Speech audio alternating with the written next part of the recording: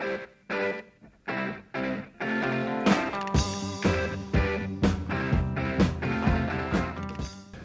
pour comprendre le bloc opératoire, ce qui devrait être le cas de tous les gens qui travaillent sur ce sujet et qui prennent la responsabilité de les concevoir, il faudrait y vivre ou y avoir vécu, ce qui est très difficile pour un architecte ou un ingénieur, et donc posséder une culture transversale qui n'est pas enseignée. Moi, j'ai eu la chance d'avoir un parcours particulier, de commencer par être ingénieur et puis m'intéresser à l'ergonomie, à la conception, à l'hygiène, à la microbiologie de l'environnement. Donc, si vous voulez, ça conduit à un fonctionnement particulier, puisque moi, j'ai passé une grande partie de mon temps à vivre dans le bloc opératoire pour comprendre pourquoi les patients s'infectaient et développaient ensuite des infections post-opératoires. Donc, si vous voulez, ce rôle d'observateur m'a énormément servi pour comprendre le bloc opératoire et pour travailler sur sa conception.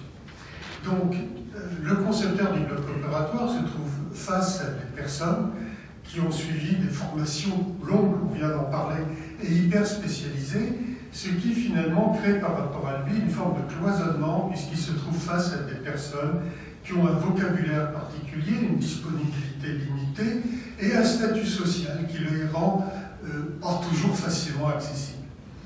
Donc, par ailleurs, les concepteurs sont eux-mêmes soumis à de nombreuses contraintes, qui sont des contraintes techniques très lourdes, des contraintes économiques, et qui sont soumis également à l'inconfort qui est inhérent au fait de concevoir. C'est difficile de concevoir, c'est très déstabilisant, ça mène à se poser beaucoup de questions, à se remettre en cause, enfin tout au moins si on le fait honnêtement.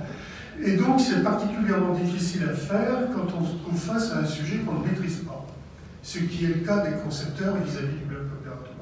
Donc tout ça se traduit par un déficit d'écoute et de partage, puisqu'ils n'ont pas très envie d'aller parler de quelque chose qu'ils ne maîtrisent pas bien.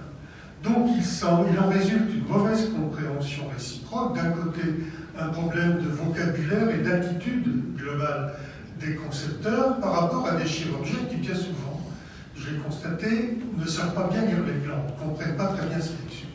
Donc si vous voulez, on se trouve dans une situation où on évite les questions qui ne sont pas maîtrisées, ce qui ne permet pas évidemment d'introduire une réflexion profonde sur le bloc opératoire, et donc on y reconduit des schémas d'organisation qui ont déjà été employés, et vous le verrez tout à l'heure dans des photos que je vous montrerai. Les grands cabinets, notamment qui travaillent beaucoup et qui font beaucoup d'hôpitaux, ont tendance à reproduire systématiquement les mêmes organisations et bien sûr les mêmes erreurs, alors que chaque bloc opératoire est unique. Donc, si on essaie d'analyser les défaillances actuelles, on se trouve d'abord dans un problème d'approche conceptuelle, également dans un problème de gestion de projet, on en parlera tout à l'heure, dont le grand défaut est de ne pas associer réellement les utilisateurs. Il existe des concertations superficielles qui donnent l'impression d'écouter les gens. En réalité, chacun sait très bien ce qu'il veut faire et il a son organisation à faire passer, il le fait coûte que coûte. Par ailleurs, il y a un problème d'analyse objective des risques qui sont multiples dans un bloc opératoire, électrique, incendie notamment, et bien sûr infection.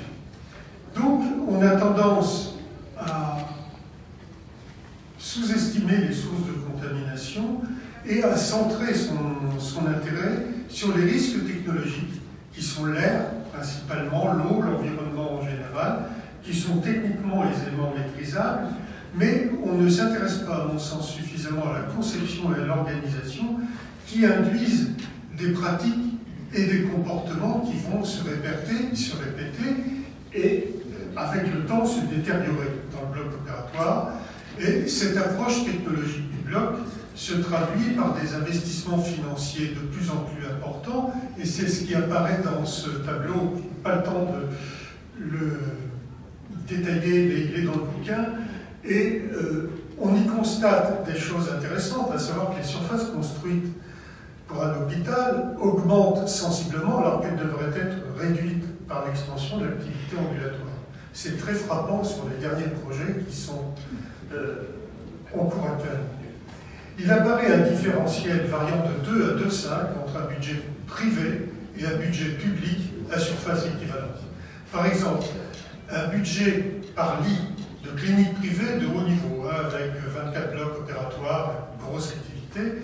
On est à 165 000 € par lit en 2016, alors que le dernier projet public à l'heure actuelle, publié en 2017, est à 688 000 € par lit. Ce qui pose quand même un certain nombre de questions, ce qui nous amène à une évolution du coût au mètre carré construit qui était de moyen, qui était de 2030 € au mètre carré selon l'observatoire de la nappe, et qui est aujourd'hui, qui se situe aujourd'hui entre 4 500 et 5 000 € du mètre carré. Donc il y a un problème, parce que tout ça, ça se traduit par quoi? Par des investissements énormes à rentabiliser, et bien sûr, il faut faire des économies quelque part, et on les fait sur le personnel.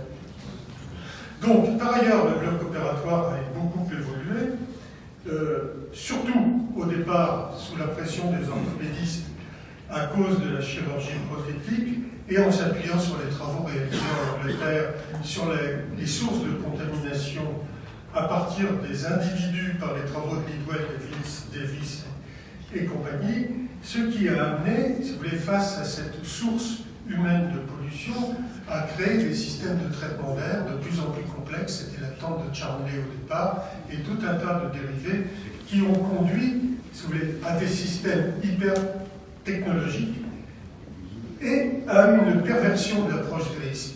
Parce qu'en fait, on finit par penser qu'à partir du moment où on a de l'air propre, on peut se permettre n'importe quoi, ce qui naturellement est loin d'être exact, mais malgré tout, on dépense beaucoup d'argent pour ça. Par ailleurs, le bloc a beaucoup évolué en termes d'anesthésie, salle de réveil, pré-anesthésie, sécurisation des fluides, et point très important, la stérilisation des dispositifs médicaux, enfin des instruments.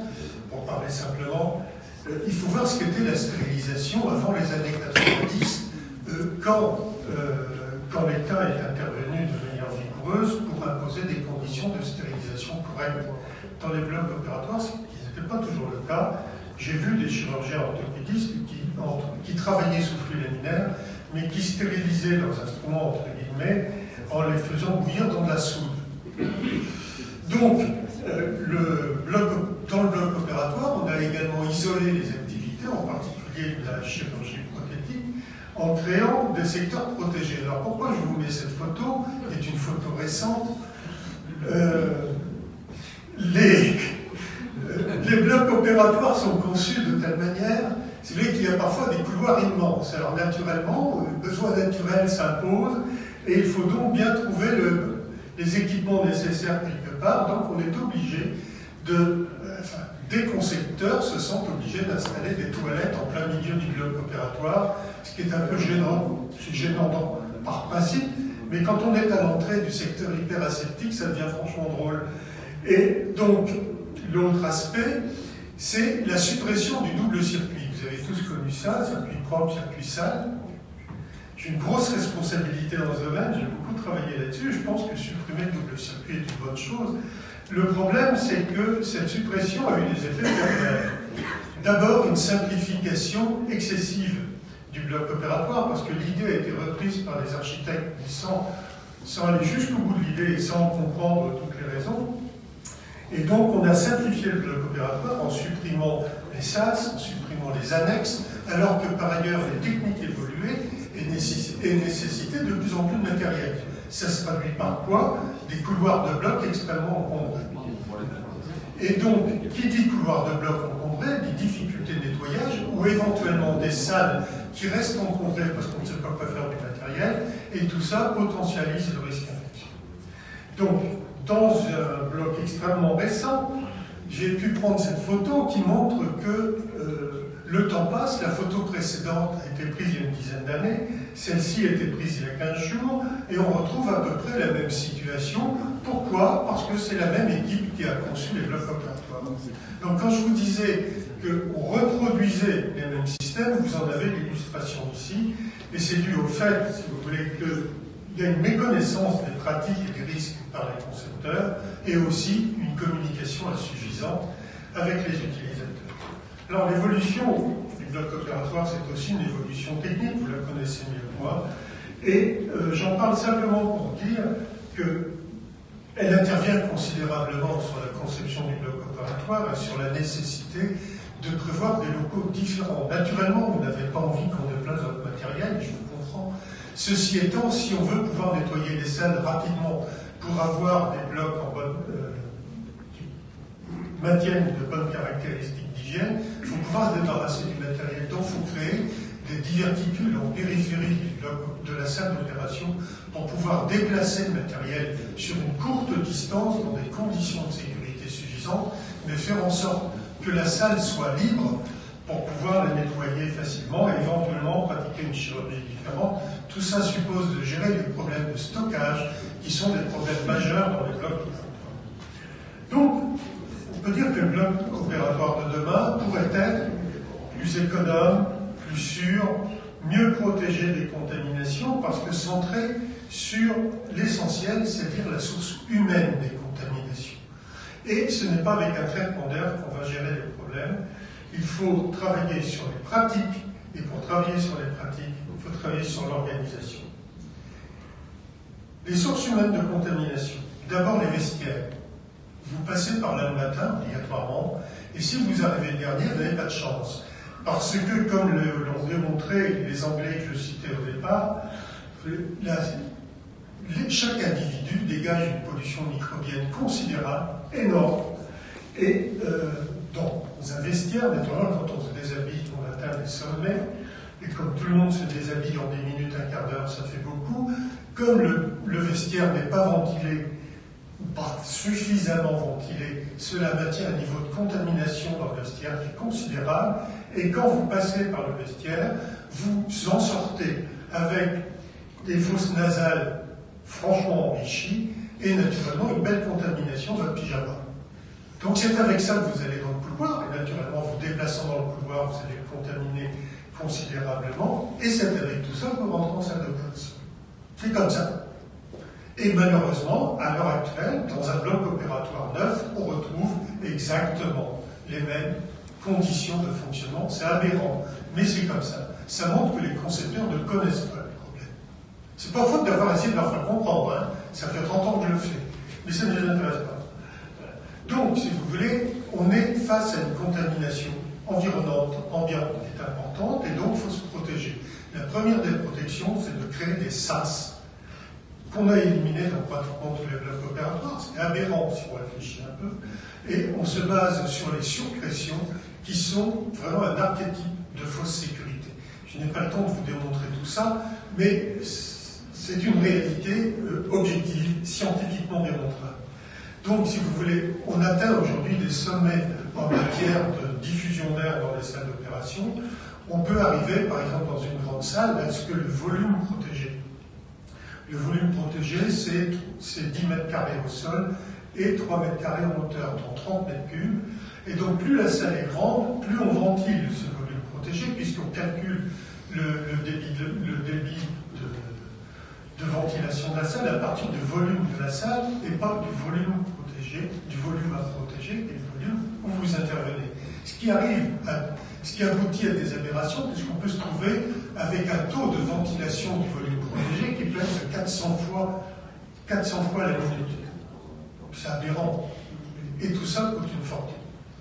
Les Américains ont démontré, par une très belle étude menée sur 350 hôpitaux et 350 000 patients, que finalement en orthopédie, en travaillant avec 20 volumeurs, on était dans des conditions de sécurité satisfaisantes, mais c'est une étude dont on n'a jamais parlé en France. Donc la dimension des salles a aussi un aspect, surtout par rapport à la ventilation, et donc on a tendance aujourd'hui à hypertrophier donc les salles d'opération. Il faut qu'elles soient grandes, mais pas trop, parce qu'il faut les entretenir, il faut les ventiler, tout ça coûte cher. Donc on pourra en parler, parce que je veux m'intéresser à un point important, qui est l'allègement des tâches des infirmières.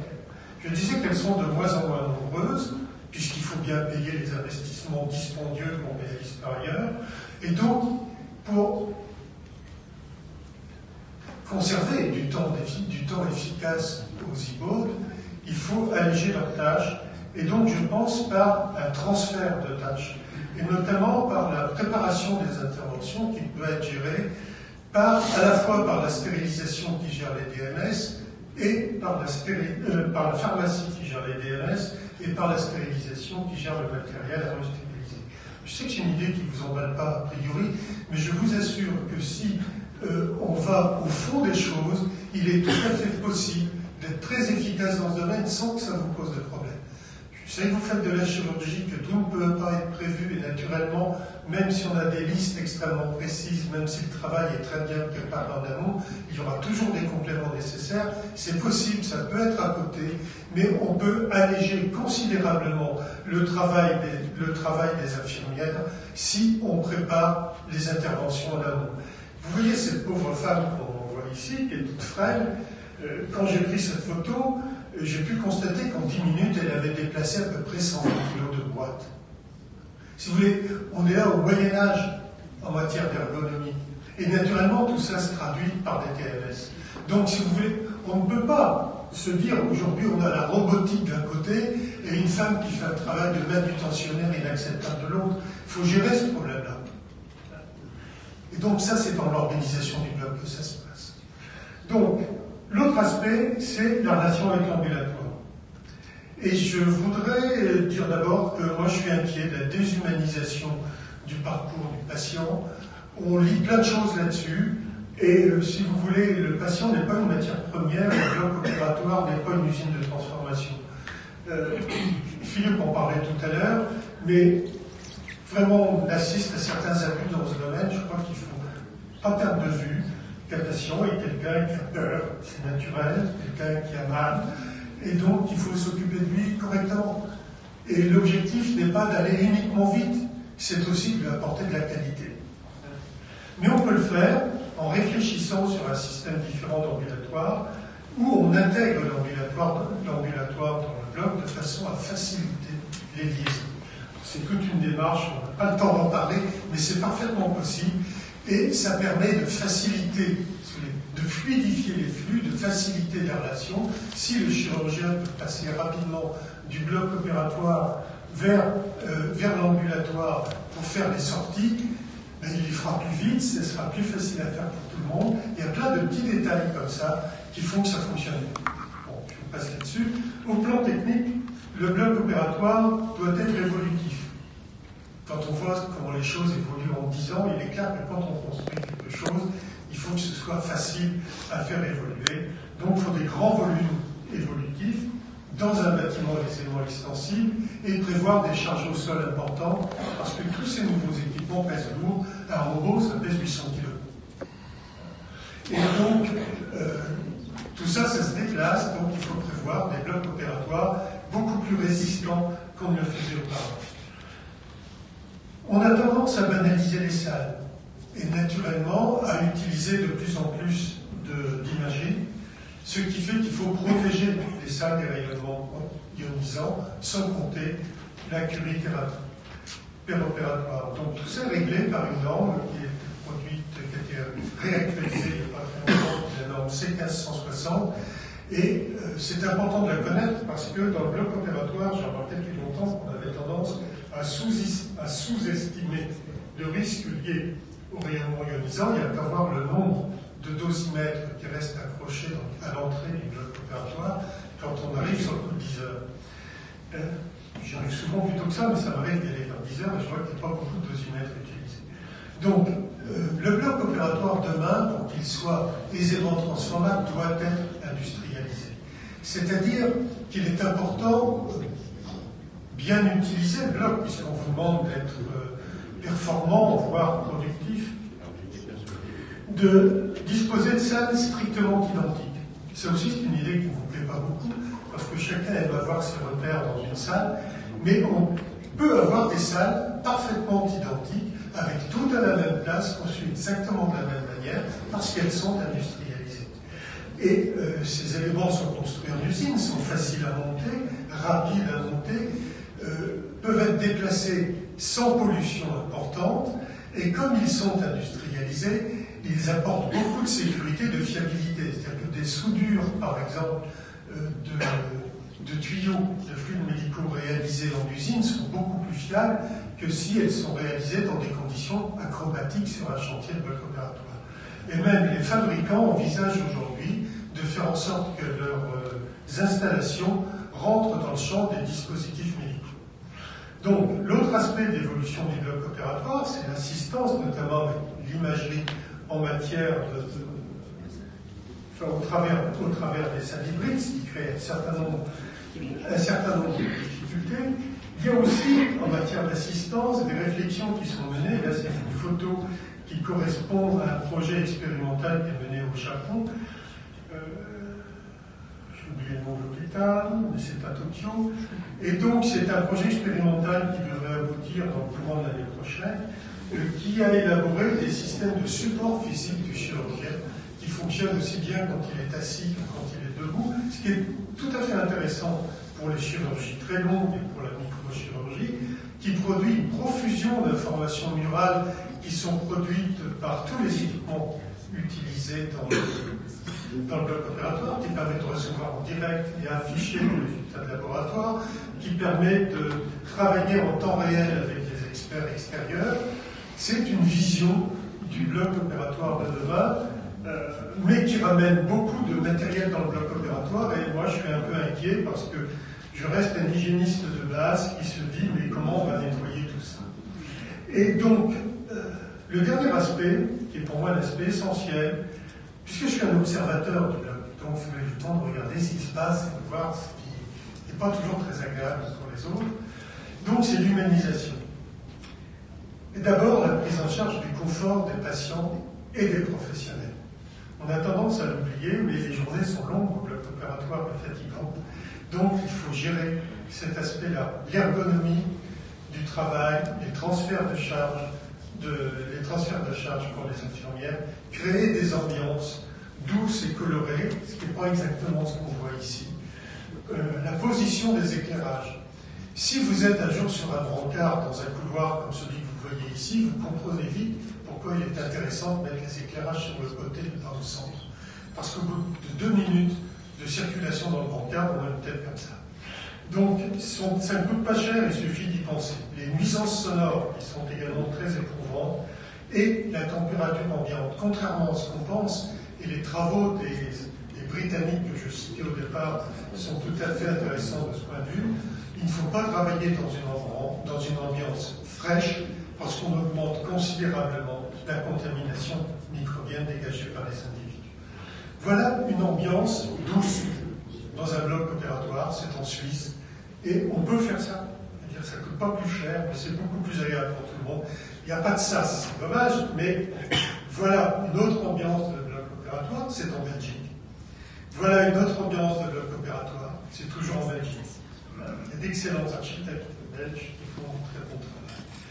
Et donc, si vous voulez, on ne peut pas perdre de vue que les difficultés d'aujourd'hui existeront dans le bloc opératoire de demain.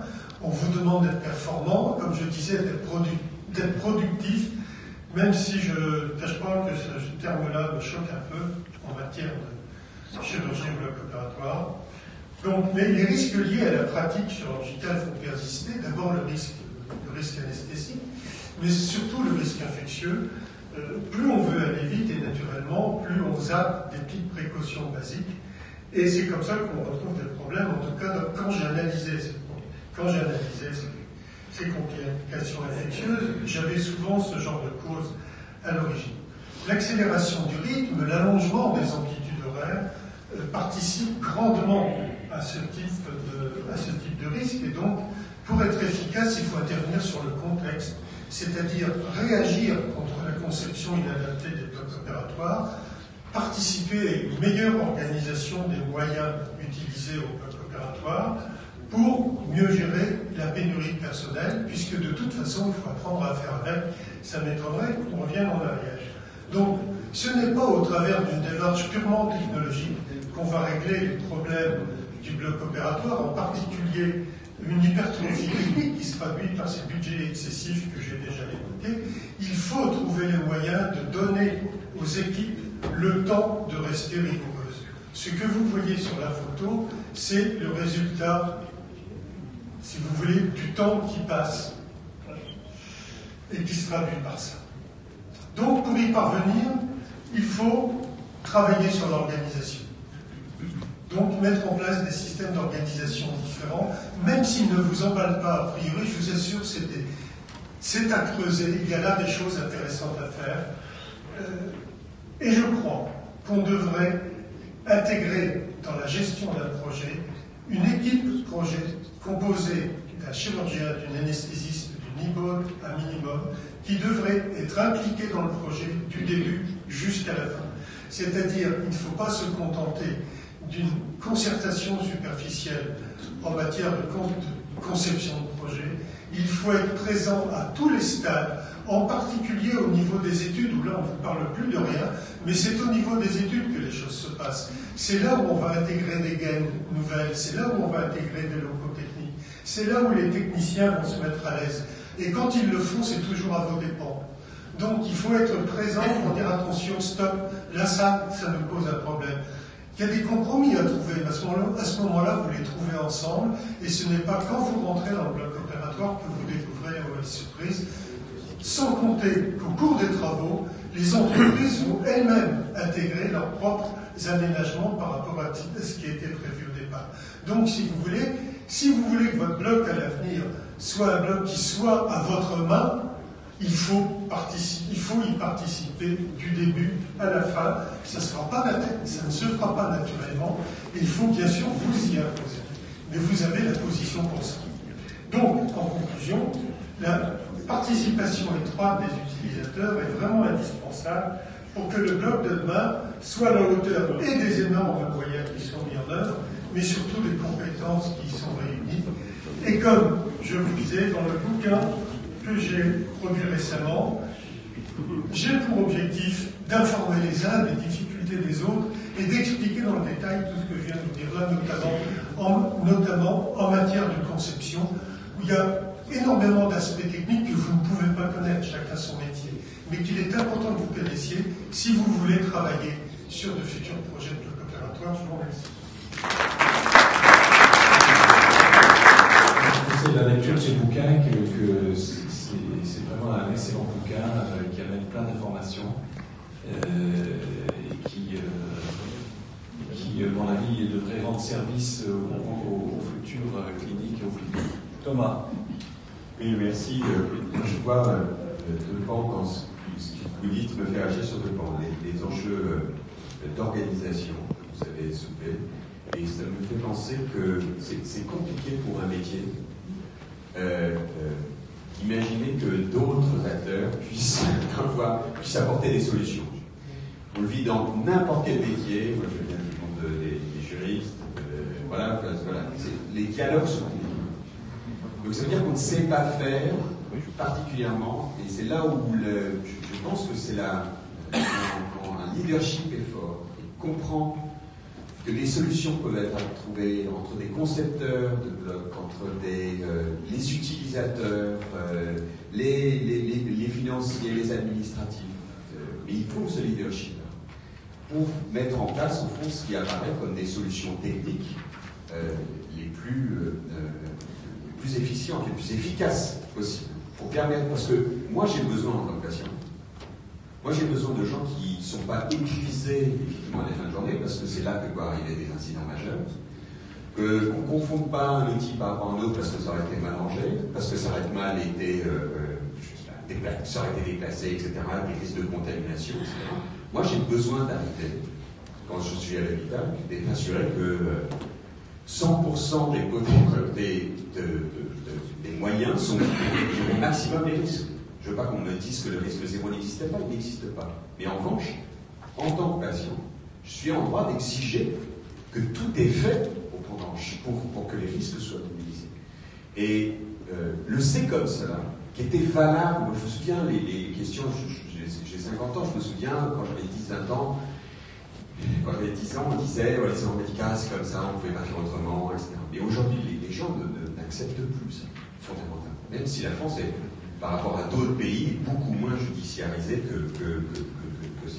Mais ça veut dire qu'il y a un enjeu, j'allais dire, que vous trouviez ensemble, si vous constatez au fond que les blocs ne sont pas, au regard des enjeux infectieux, de confort de travail, ne sont pas bien organisés, c'est à vous de prendre effectivement le leadership pour ce faire. J'imagine que c'est pas simple, mais l'exigence sociale en face, et à mon avis, va devenir de plus en plus forte. Et donc, il y a pour vous allez parler ensuite de responsabilité, d'assurance, etc. Je pense que ce travail, il est à faire. Il n'est pas simple. C'est pas un jugement que je donne, mais il y a là une urgence. Parce qu'un des points aussi qui est important, et on voit la chose au plateau de Carlet, c'est l'enjeu soins de proximité et sécurité. C'est-à-dire, on ne fait que des petites unités par rapport au nombre de malades sont en capacité de. Et nous, on est extrêmement partagés. Il y a un équilibre. Alors, où est-il? Moi, je viens de centre de référence de maladies rares. Si je mets un centre de référence de maladies rares dans tous les départements français, ils vont s'occuper de 3 malades ou 5 malades, ça n'a aucun sens. Mais si j'en mets que 3 ou 4 sur le territoire, les gens font 350 bornes pour aller à la consultation. Donc, il y a un enjeu de suivi thérapeutique. Donc, il y a cette bonne distance. Et ça aussi, elle se travaille, je vais dire, avec les personnes concernées. Mais nous, en tant que patients, ce qui nous intéresse, c'est l'enjeu de la qualité et de la sécurité des soins. En tant que mouvance associative, c'est notre job de dire aux gens, on ne peut pas atteindre un niveau de sécurité et de qualité des soins de 2 types de pathologies si on met en place partout sur le territoire des centres maladies rares. Donc ça veut dire qu'il faut qu'on accepte qu'il soit un nombre limité. Mais voilà, il y a une bonne distance sans aucun doute kilométrique, mais il peut y avoir. Donc ça veut dire de penser des organisations autrement. Et je pense qu'il se passe dans certains domaines du soin peuvent se poser dans d'autres. Et puis le deuxième point que vous abordez, c'est l'humanisation face à une super, au fond, technologie. Et ça me fait penser à ce que se passe, on dit souvent qu'il faut une bonne distance avec les malades. Non, il faut une bonne proximité.